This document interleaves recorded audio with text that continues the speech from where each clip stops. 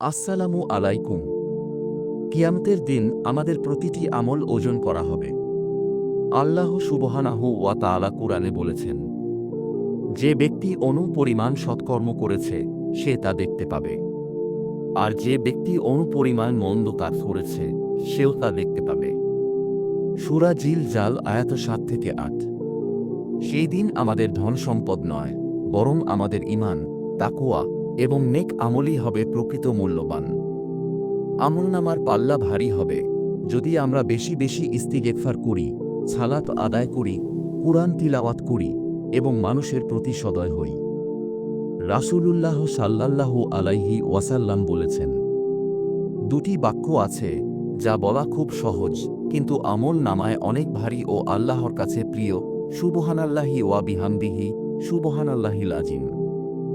বুখারী ও মুসলিম। আজ থেকেই আমরা কি আমাদের আমলনামার পাল্লা ভারী করার জন্য প্রস্তুত?